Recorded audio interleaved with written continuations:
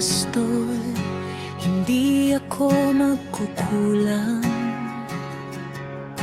Ikaw ang aking kapahingahan, inakay tungo sa batisan, panibagong kalakasan ang hatid mo sa akin.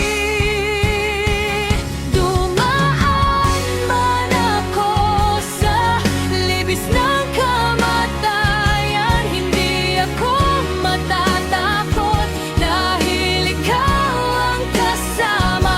Dumaan man ako sa libis ng kamatayan, hindi ako matatakot dahil ikaw ang kasama.